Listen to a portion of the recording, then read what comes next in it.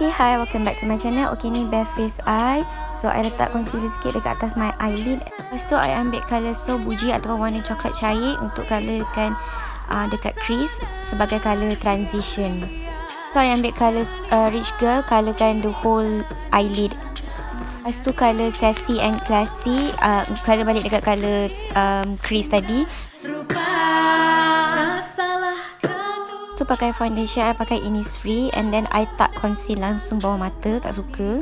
Lepas tu I pakai eyeliner dekat my crease and then also my eyelid, and then pakai blusher, mascara and also bronze contour, and then pakai highlighter daripada Beauty Ra.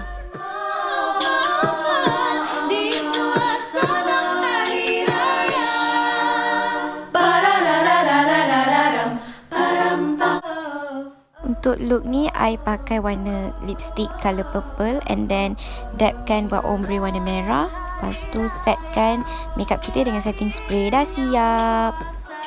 Thank you for watching, and don't forget to hit the like button and subscribe to my channel. Bye. Selamat Hari Raya.